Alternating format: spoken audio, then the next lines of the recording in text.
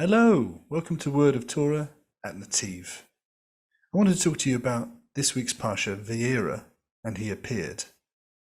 But I wanted to focus on a particular character, which is often overlooked, and that is the character of Hagar, the Egyptian maidservant of Sarah, who ends up being the mother of Ishmael. Now, she actually enters the story before the beginning of Vayeira. Vayeira begins in chapter 18, but we see Hagar show up already in chapter 16. Now, I wanted to bring you in here so you can see here. V'Sarai Eshet Avram, and Sarah, wife of Avram, lo yalda lo. She did not give a child to him. V'la shifcha Mitzrit, and she had, or was to her, a slave who was Egyptian. Ushema Hagar, and her name was Hagar. So this is the introduction of Hagar to the story. V'tomer Sarai el Avram, and Sarah says to Abraham, Hine na, behold, please, Atzarani Hashem miledes. So she's saying that Hashem has prevented her from giving birth. Now, this is after God has promised to Abraham that he's going to have a child, and God specified that it'll be a child of his organs, that it'll be from his physical issue. So it's not an adopted child, it's not a philosophical child or a student, it's someone physically from his body.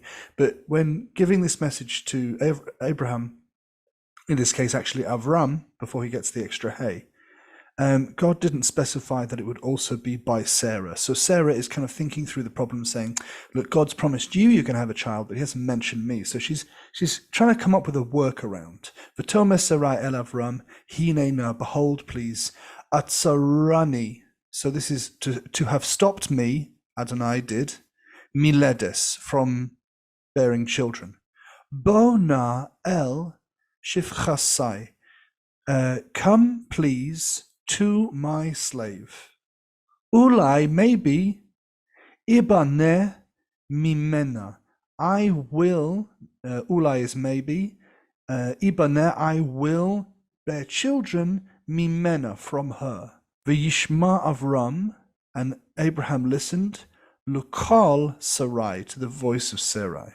So this is the first instance when it comes up.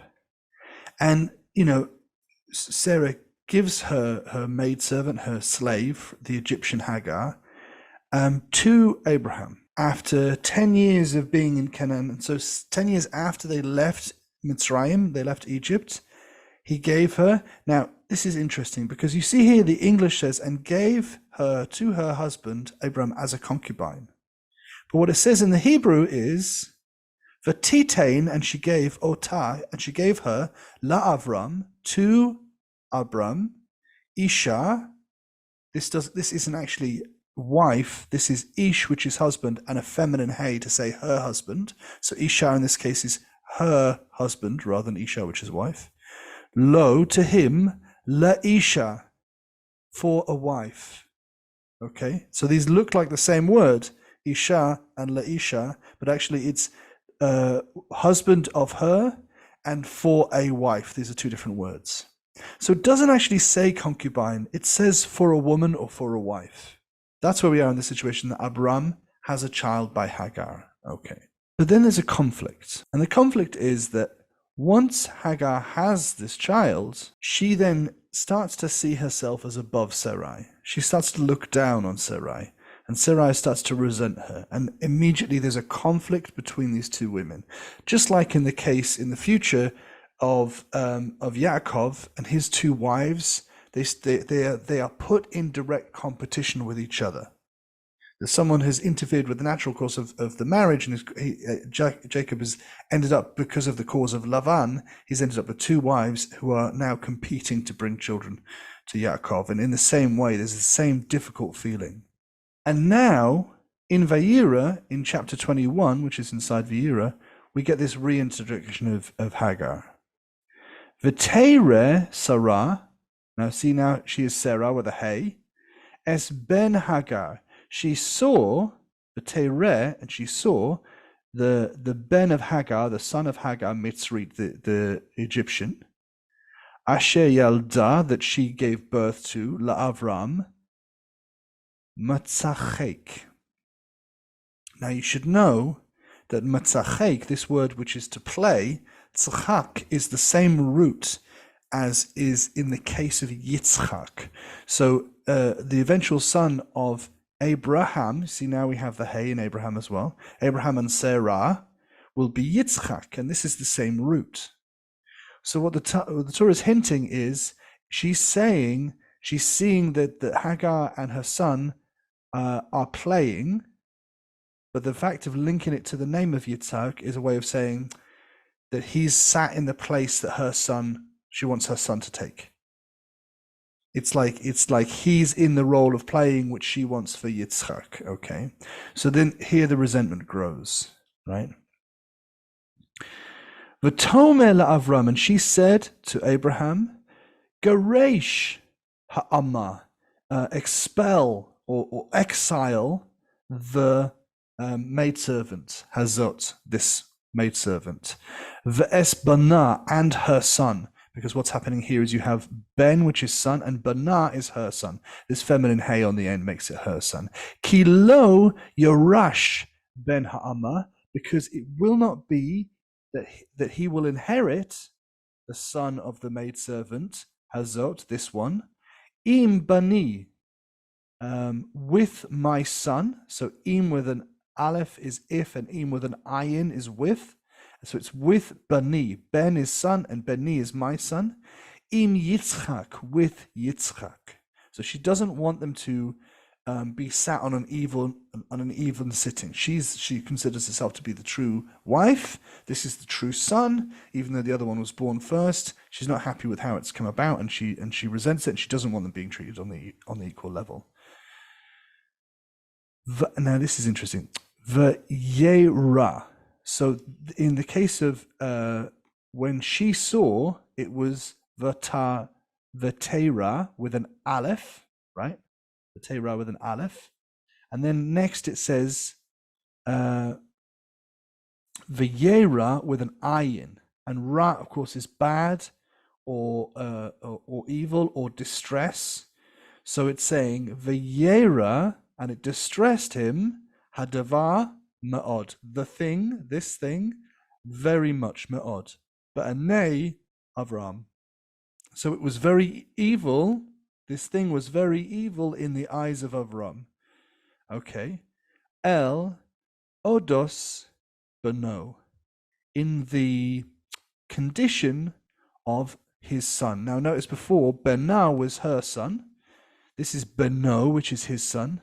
And Beni is my son. So what we're doing is we're starting with Ben each time, and the different suffix we put on says who it is. So Beno is his, Bena is hers, and Beni is mine, whether you're male or female. But God says to Abraham, don't be distressed over the boy and the slave. Do what Sarah tells you. Because see, God has the insight. He has the foreshadowing. He knows what's going to happen next. Whatever Sarah tells you, do as she says. For it's through Isaac that your offspring shall be continued for you. So both boys are offspring of Avram, but it's Isaac, the second son, as far as Abraham's concerned, and the first son as far as Sarah's concerned. This is going to be the line that God pursues. V'gam es ben ha'ama legoy, and also es ben ha'ama, the son of the slave, legoy, for a nation, asi menu, I will I will establish him as a nation, ki zerachahu, because he is your seed. So don't worry, I am going to continue the holy line through Yitzhak, but I will also bless Yishmael because he's your son. So I'm not exiling him or abandoning him. I'm still going to be with Yishmael. He's still going to become great, but he won't be the line through which I have promised you all the blessings in the land and all these kind of things. So he's also important, but he's not the main focus of this story that we are pursuing. So next morning, he takes bread and a skin of water, and gave them to Hagar, and he placed them on her shoulder together with the child, and he sent her away. So the child is at least 13 at this point. That's my understanding. And she wandered about in the wilderness of Beersheba. Now, this is the thing that really kind of jumps out to me. So she runs out of water. V'yikalu. So this is kal is like all, and it's basically to complete or to finish. Klu hamayim. So the waters were finished, right? Min ha chemes, right? So from the skin, from the water skin. V'tashlech, right? So shalach is to send. Es hayeled, her son, the boy really. Techas, underneath, echad, one, ha sichim. Now, this is interesting because siach can mean a couple of different things. It can mean a bush, so she's hidden him under one of the bushes, right? But also it can mean to meditate or to complain. So she's putting him under the meditation of complaint, under the mournful thought, under the mourning. So it's both things. It's a little pun there from the Torah. And she goes away a little distance. It goes to say a bow shot away. Here's the word keshes. Now this is interesting because it's a foreshadowing that he will be a man of the desert and he will become strong with a bow. But it also, it can't be ignored that this is like a keshes anani, which is like a bow in the sky. After the flood, after the disaster of the flood, God promised us that everything was going to be okay by putting his bow in the sky. So this is starting to just hint poetically to the connection that things look like disaster right now. It looks like you're going to die in the desert. You don't have any water. Your hope is gone. You think it's all over, but here comes a little bit of hope. Here comes the keshes of what's going to happen. Okay. So keshes ki amra, because she said, al ere. Now, this al is not on, which is with an ayin, or el, which is with a segal. This is al, which is to say no, or the opposite, or the negate. So whatever happens next, it will be the opposite of that. So re is to see, ere is I will see, and al ere is I will not see. I don't want it to be that I see, right? Bamos, with the death, hayaled, of the boy. But to shave, and she sat mineged against Vatisa es kola vatevch. Okay. So basically what this is saying is she sat and she tisa, she rose es kola, her voice, and she just wept. She's just completely distraught. There's the end of her hope, right? So what's going to happen next? This is a woman who was brought out of Mitzrayim as a slave, and she went into the house of these great people, Avram and Sarah, and there she had a hard time. She was told, you're going to have a kid with this guy, so she has a kid with the guy like she was told. Then she finds joy in her child, which is a natural thing to do. She's playing with a child. And her mistress, who set her up with this child in the first place, resents her and treats her badly, so much so that she runs away. Okay? She suffers and she runs away. So we can really empathize with Hagar right now, right? She goes off into the desert and she even runs out of water, and now she thinks she's going to watch her son die, and she just goes off away from her son and sits down and she just weeps. She's just completely, in ruin.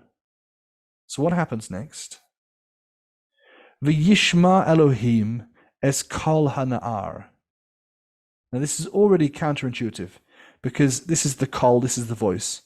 And this is v'yishma Elohim, and God heard es kol. So we're thinking he hears the voice. Whose voice are we thinking of? We're thinking it's Hagar because she's in the desert, she's weeping. But it doesn't say that. It says v'yishma Elohim es kol hana'ar, of the young man, of the youth. God hears the voice of the youth. V'yikra malach Elohim, and called did the angel or the messenger of God, El Hagar. So the messenger of God calls to Hagar, right? Min Hashemayim, from the heaven. V'yomer la, and it says to her, Malach, Hagar, which literally means, what are you going, Hagar? Like, where are you going? What are you up to? What are you doing? Where are you going? Al tiri. So yara is to be afraid. Yud resh aleph is to be afraid. And tire is you will be afraid. And this is al tire, you will not be afraid. And the yod on the end is me. So don't be afraid of me. Ki, because Shema Elohim, God heard El Kol, to the voice Hana'ar, Ba'asher hu sham. Okay. So Ba'asher, with that hu sham, that he is there. So don't you be afraid, because God has heard the voice of your child. Now, it's interesting that is the comfort to Hagar. This implies the thing that she needs to be comforted isn't that God hears her voice, but that God hears the voice of her child, because that's what she's really worried about. She's an Egyptian. She knows the desert. She could probably find something to make her survive, and she's a grown woman, so she could probably just about make it out, but her son is young and vulnerable, and she can't give him what he needs. So really, this is saying that if the angel is talking to her and saying, comforting her about the case of her son, clearly this is who she's worried about. Okay. Kumi, see. So kum is to rise or to raise. Kumi, see. So it's like saying raise up es hana'ar, raise up the youth. V'hachaziki, and so it's to strengthen es yadech, and strengthen your hand. What does this mean? Lift up the boy and strengthen your hand? Because really the tragedy and the sadness and the brokenheartedness has weakened her. She's collapsed. She's burst into tears. She's sat on the ground. She can't even stand. But he's saying, no, raise up the boy and strengthen es yadech. So yad is hand. Yadech is your hand, yours feminine. Your hand masculine would be yodcha. My hand would be yadi. And your hand feminine is yadech. So strengthen your yadech, your hand. Bo, ki.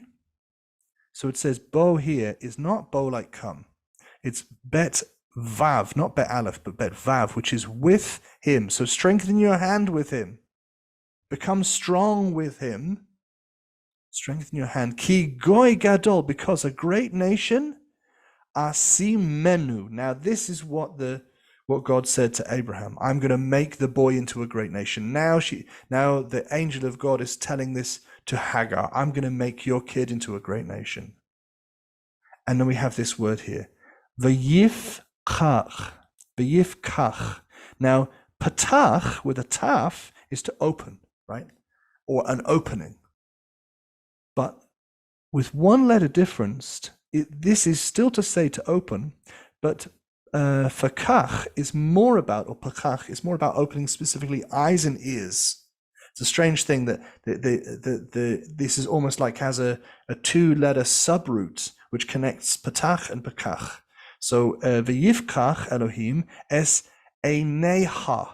So ayin is an eye. Eineha is her eyes. The feminine hay on the end being the hers. So and God opened her eyes. Vayeira, and she saw be'er mayim, a well of water. V'telech, and she went. V'tamalei, vatmalei, which is to fill up. She filled up. Es hachemes. Es hachemes is the skin, the water skin. Mayim. So she filled up the skin with water. Vatashk es hana'ar. Now, this is the word that I associate with Hagar, because in the story of Hagar, this particular verb comes up a great deal, and it comes up at very poignant moments. And I really want you to look out when you look into the stories around. Anytime it comes to do with Hagar and Ishmael, look for this verb here. which is to water or to irrigate, to give drink, to irrigate, drink, water, cause to water, water, irrigate, water, and give water to. You also see this in the story of Rivka. You also see it in the story of Rachel. And this idea of who gives water to who is always a sign of kindness. It's always a sign of meeting the needs of someone vulnerable. It's always the idea. And when God interacts with Yisrael, it often talks about the rains will come and God will give you the water you need. And when the servant of Abraham is looking for a wife for Abraham's son, the servant looks for kindness, and he uses the idea of giving water as a symbol of kindness. And then in the next generation, when Jacob goes and tries to, Isaac's son, goes to find a wife, the sign of kindness that makes him fall in love with Rachel, with Rachel, is the fact that she comes and brings water, right? So the giving of water, particularly tashach, is the symbol of kindness, mercy, and recognizing the vulnerability of someone else. And God was with the boy as he grew up, and he dwelt in the wilderness, and he became skilled with a bow. You see this word, skilled with a kashes, which is just like the kashes, the rainbow in the sky at the end of the story of Noah. This is the idea that when faced with cataclysmic hopelessness, there will be this sign of a bow that will, tell you that everything's going to be okay, and that you can trust in God. And so I find that story just to be very gray. But what I mean, it's not black and white. This is a very complicated story, and it requires a lot of siach. It requires a lot of meditation. And I want to challenge you to investigate that story and find out everything you can, to look into the midrash, look into the commentaries, go and ask whoever you know that's the most expert in this story, go and ask your rabbi, find out what is going on with Hagar. Because I'm very interested in the easy stories are the one where there's a goodie and there's a baddie, and someone does everything right and someone does everything wrong, and that's very easy for us. But the biggest challenges in the Torah is when something is very complicated and someone good might do something that makes us uncomfortable, or someone who we classically think of as being bad does something very good, or someone who is external or other, they don't get treated right. And we have an obligation to treat the stranger well. We have an obligation to water the thirsty and to protect the vulnerable, and not to change the agreement on people. And this is a very uncomfortable story, because not only are we looking at the vulnerability of this mother and child, but we're also looking at the vulnerability of this mother and child, both at the hands of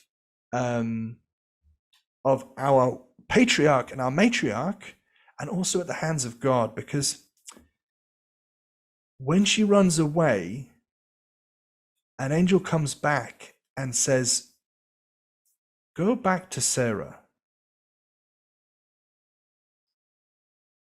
And that's a shock, because we know that the line is going to continue under Isaac. So why should Hagar and Ishmael go back to Sarah?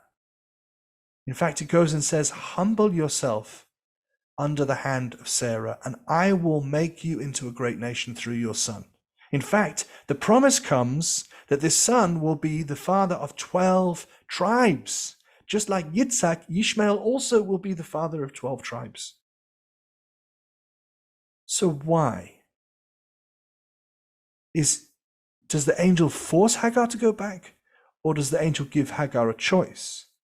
The angel tells Hagar, go back and humble yourself under Sarah's hand. He doesn't send troops to collect her from the desert and drag her back and humble her. He invites her to humble herself under the hand of Sarah.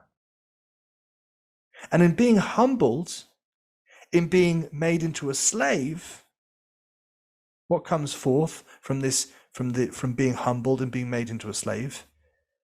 Her offspring gets made into a great nation. Who else had this story? Well, the Jewish people were humbled under the Mitzrayim. They were made into slaves in Egypt. And they were elevated into 12 tribes and made into a great nation. So there is this reciprocal thing happening. It's not a coincidence that Hagar is a Mitzrite, that she is from Mitzrayim. So in the one case, you have the Israelites being humbled and made into slaves in Egypt. And in the other case, you have an Egyptian being humbled and made into a slave in the house of Israel. And by being humbled in this process, their offspring become 12 great nations, 12 great tribes, which makes a great nation. And they go on to prosper under the hand of God. Now, I think that's enough of a question to give us pause. And I challenge you to find out everything that you can about Hagar, her context, her story, and the result of her child. And maybe it teaches us just a little about our own tribe, about our own nation, and about the purpose of the Jewish people under the hand of God. Thank you very much for your time.